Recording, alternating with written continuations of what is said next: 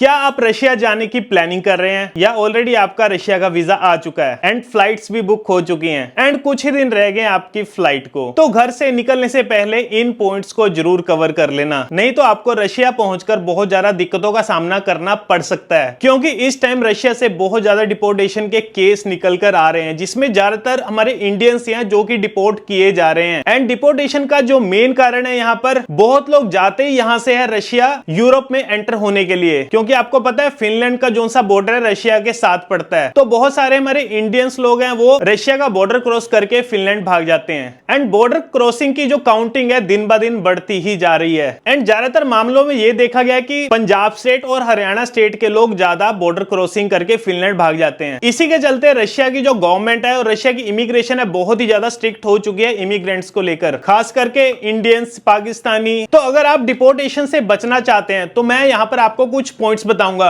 अगर आप वो पॉइंट्स कवर कर लेंगे तो आप डिपोर्टेशन से डेफिनेटली 100% बच सकते हैं। अगर आप सोलो ट्रेवल कर रहे हैं तो आपको यहाँ पे इंडियन एयरपोर्ट पर भी बहुत ज्यादा पूछताछ आपसे की जाएगी, खासकर अगर आपकी एज 18 साल से लेके 35 या 40 साल तक की है। एंड आपको बोर्डिंग पास भी तभी दिया जाएगा जब उनको हो जाएगा कि हाँ वाकई आपका जो रीजन है वहां पे टूरिज्म है। एंड बोर्डिंग पास देने से पहले सबसे पहले आपसे बहुत सारे डॉक्यूमेंट्स मांगे जा सकते हैं, जैसे कि आपके वहां पे होटल बुकिंग या हॉस्टल बुकिंग, जो कि आपको यहाँ पे कंफर्म दिखानी पड़ेगी। अगर आप booking.com वगैरह से पे लेटर वाली ऑप्शन वाली अगर उनको बुकिंग दिखाएंगे दोस्तों, वहां पर उनको डाउट पड़ जाएगा। तो इसलिए हो सके तो कंफर्म अपनी जो होटल बुकिंग है वो साथ में लेकर चलिए। एंड जिस एयरलाइन से आप ट्रेवल कर रहे हैं उसी एयरलाइन से आपको वापसी की टिकट भी दिखानी पड़ेगी। मान लेते एग्जांपल, अगर आप यहां से एयर अरेबिया से जा रहे हैं तो आपकी जो सी वापसी है एयर अरेबिया से ही होनी चाहिए, यानी कि सेम पीएनआर पे आपकी फ्लाइट होनी चाहिए। अब आपको इंडिया से बोर्डिंग पास मिल गया और फाइनली आप इंडिया से ट्रेवल कर रहे हैं रशिया के लिए। इसके बाद आप पहुंच जाएंगे रशिया एयरपोर्ट, यानी मॉस्को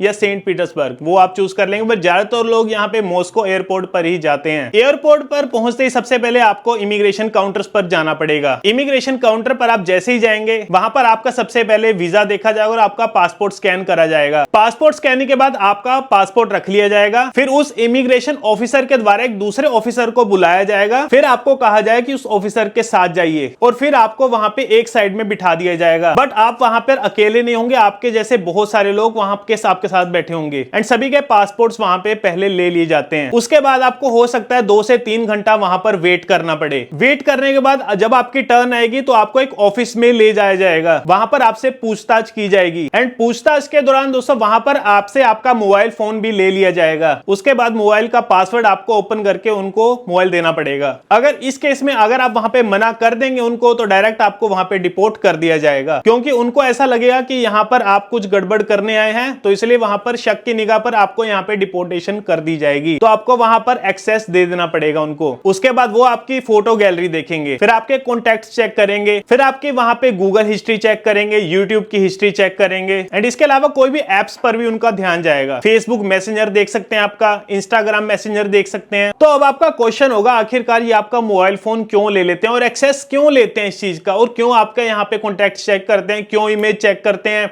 ठीक है, क्यों मैसेंजर वगैरह आपके मैसेजेस चेक करते हैं। तो उसमें वो दरअसल ढूंढते हैं कोई यूरोप से रिलेटेड या यूके, यूएस, ऐसा कोई रिलेटेड कोई वर्ड वहां पे तो नहीं नजर आ रहा, कोई ऐसा कॉन्टैक्ट पर्सन तो नहीं नजर आ रहा। क्योंकि अगर आपने गूगल में कुछ सर्च किया होगा यूरोप वीजा, फिनलैंड वीजा या स्विट्जरलैंड, ऐसा कुछ भी मतलब यूरोप से रिलेटेड अगर आपने कुछ भी सर्च किया होगा तो वहां पे बिना दूसरा कोई क्वेश्चन पुट के सीधा आपको डिपोर्ट कर दिया जाएगा। यूट्यूब पर भी दोस्तों ये आपकी सर्च देखी जाएगी सबसे पहले कि आपने पास सर्च क्या किया हुआ है। अगर यूरोप या यूएस वगैरह ऐसा कुछ भी रिलेटेड उनको दिख गया तो दोस्तों वहां पर आप शक के घेरे में आ जाएंगे, सीधा वहां पर आपको डिपोर्ट कर देंगे। इसके अलावा आपने अपनी कॉन्टैक्ट लिस्ट में भी ध्यान देना है। अगर आपकी कॉन्टैक्ट लिस्ट में किसी भी पर्सन का जो कि यूएस, यूके या ऐसे यूरोप से रिलेट अगर बिलोंग करता है तो दोस्तों वहां पर आप शक की निगाह पर देखे जाएंगे। मतलब ओवरऑल दोस्तों अगर आपके मोबाइल फोन में कुछ भी ऐसा यूरोप, यूके या यूएस से रिलेटेड अगर कुछ भी मिलता है तो सीधा आपको वहां पे डिपोर्ट कर दिया जाता है। तो इस चीज से बचने के लिए दोस्तों आपने कुछ पॉइंट्स कवर करने हैं। सबसे पहले तो गाइस आपने अपनी कॉन्टैक्ट लिस्ट में ऐसा कोई भी कॉन्टैक्ट नहीं रखना जो कि यूके, यूएस या यूरोप से बिलोंग करता हो, वो सब कुछ उस टाइम कॉन्टैक्ट रिमूव कर दीजिए। इसके बाद व्हाट्सएप पे अपनी चैट्स पर ध्यान दीजिए, कोई यूरोप से रिलेटेड तो नहीं वहां पे कोई चैट हुई, ठीक है, अगर है तो उसे डिलीट कर दीजिए। इसके अलावा अपने फोटो गैलरी में भी ध्यान रखना है, देखना है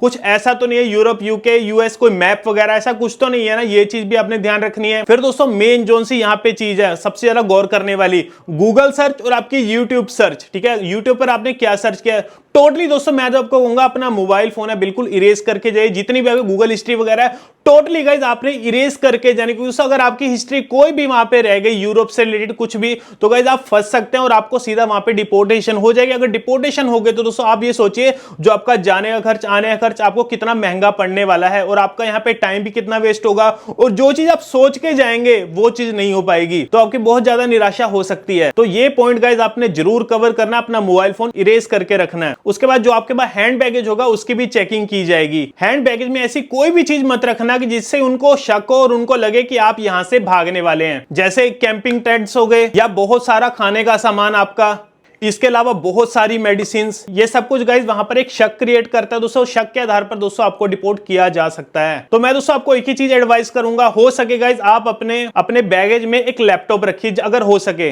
अगर लैपटॉप नहीं रखते तो अपने बैग में ज्यादा कुछ सामान उसमें मत रखिए। इसके बाद वहां पर आपसे आपकी होटल बुकिंग मांगी जाएगी। एंड एक चीज का ध्यान रखना, बहुत लोग क्या करते हैं इंडिया से होटल बुक कर लेते हैं एंड रस्ते में आते आते ही दोस्तों वो क्या करते हैं अपनी होटल की जो बुकिंग है उसे कैंसिल कर लेते हैं, जो कि दोस्तों आपने बिल्कुल भी नहीं करना, क्योंकि रशिया इमिग्रेशन वालों के ऑफिसर्स की तरफ से उन होटल्स में या आपके हॉस्टल में कॉल्स की जाएगी ऑन द स्पॉट आपके सामने। एंड अगर वहां पे कॉल करते हैं अगर उनका जवाब रहा कि जो इनकी बुकिंग है कैंसिल हो चुकी है, तब भी आप सीधा वहां पे डिपोर्ट कर दिए जाएंगे। इसलिए जब तक आप एयरपोर्ट से बाहर नहीं निकलते तब तक आपने होटल या अपने हॉस्टल की बुकिंग कैंसिल नहीं करनी। तो रशिया में अभी इस टाइम सैंक्शन चल रही है, यानी कि आपका एटीएम में डेबिट कार्ड, क्रेडिट कार्ड वहां पे कुछ भी वर्क नहीं करेगा जो कि इंडिया से बिलोंग करता है। तो इसलिए आपको वहां पे यूएसडी या यूरो वहां पे कैरी करना पड़ेगा। एंड एक चीज का ध्यान रखना, ज्यादा करेंसी भी कैरी मत कीजिए, क्योंकि दोस्तों वो भी वहां पे शक खड़ा कर सकता है। अब मोटा मोटी मान लेते हैं अगर आप 10 दिन के लिए जा रहे हैं एंड अगर आप वहां पे 8000 यूएसडी या यूरो लेके जा रहे हैं वो भी 10 दिन के लिए, तो वहां पर ये डाउट क्रिएट हो सकता है उनको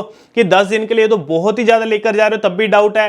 एंड अगर आप 10 दिन के लिए जा रहे हैं, एक एग्जांपल मान लेते हैं, अगर सिर्फ और सिर्फ वहां पे 200 या $300 लेके जा रहे हैं, तब भी वहां पे डाउट क्रिएट होगा, क्योंकि वहां पर आपका एटीएम तो वर्क करना नहीं। तो हो सके आप डेली का वहां पर मान के चलिए 3 से लेके 4000 का खर्चा, तो उस हिसाब से मान सकते हैं 10 दिन के हिसाब से 40 से लेके 50,000 रुपए तक की इंडियन रुपीज में आप करेंसी लेके जाइए, अब उसे यूएसडी में कन्वर्ट कर लीजिए। तो भाई इन चीजों को अगर दोस्तों फॉलो करेंगे ना दोस्तों, डेफिनेटली दोस्तों मैं कह रहा हूं आपकी एंट्री इजीली रशिया में हो जाएगी। एंड जो लोग दोस्तों वहां पर डोंकी लगा के यूरोप में भाग जाते हैं ना गाइस, उनकी वजह से दोस्तों जो जेन्युइन ट्रैवलर्स हैं उनको भी बहुत ज्यादा दिक्कतों का सामना करना पड़ रहा होता है। मतलब जो जेन्युइन ट्रैवलर है वो भी इनके चक्कर में फंस जाता है एंड कई बार तो जेन्युइन ट्रैवलर्स को भी वहां से वापस भेज दिया जाता है। अब बहुत लोग क्या करते हैं यूरोप का वीजा सर्च कर ले, चाहे उनके मन में जेन्युइनिटी है बिल्कुल, वैसे कोई कभी ना कभी कोई रूटीन में सर्च कर लेता है, बट ऐसी सर्च के मामले में क्या है वो आपको सीधा डिपोर्ट कर देते हैं। आपने तो चाहे नॉर्मल उसे सर्च करा है बट उनको वहां पे डाउट क्रिएट हो जाता है। डाउट क्यों क्रिएट हुआ? क्योंकि उससे बहुत सारे लोग वहां से यूरोप में भाग जाते हैं। तो गाइस अगर आप ऐसी कंट्रियों में जाना चाहते हैं यूरोप से, आप जेन्युइन तरीके से जाइए, बट लोग गाइस जेन्युइन तरीके को फॉलो नहीं करना चाहते, इलीगल तरीके से जाते हैं, तो दोस्तों उनके वहां पे लाइफ रिस्क है सबसे ज्यादा, और दूसरा गाइस एक्सपेंसिव बहुत ज्यादा पड़ता है जो लोग इलीगली जाते हैं। अगर आप लीगली जाना चाहते हैं आप स्टडी वीजा पे जा सकते हैं, वर्क वीजा पे जा सकते हैं, आपको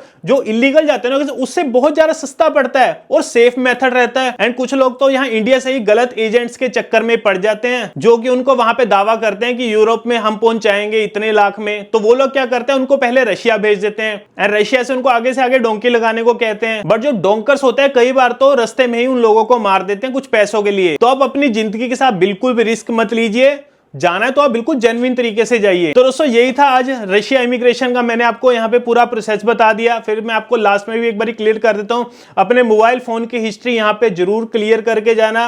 बाकी जो सी आपकी फ्लाइट टिकट्स है रिटर्न की भी आपकी सेम पीएनआर की होनी चाहिए, और बैगेज में आप ज्यादा कुछ मत रखिए इतना, और कैंपिंग टेंट्स वगैरह हो गए ये ले जाने से बिल्कुल अवॉइड करिए। एंड अगर आप सोलो ट्रेवल करते हैं तो ज्यादा आपका वहां पे डाउट क्रिएट होता है। एंड अगर आप फर्स्ट टाइम इंटरनेशनल ट्रेवल कर रहे हैं भी आपको डाउट करेंगे, बट अगर आप पहले से ऑलरेडी 10 से 15 कंट्रीज पहले ट्रेवल कर चुके हैं तो बहुत ज्यादा श्योरिटी है कि आपको इतनी हरासमेंट का सामना ना करना पड़े। तो हो सके तो आप कम से कम 2 से 3 कंट्रीज पहले घूमिए, इसके बाद आप सीधा रशिया जाइए। सो आई होप दोस्तों आपको ये वीडियो अच्छी लगी होगी, इन्फॉर्मेटिव लगी होगी। अगर अच्छी लगी तो गाइस लाइक बटन को जरूर दबाना। बाकी दोस्तों अगर आप मेरे चैनल पर पहली बार आए तो सब्सक्राइब बटन जरूर दबा दिए। तो मिलता है गाइस आपको अगली वीडियो में।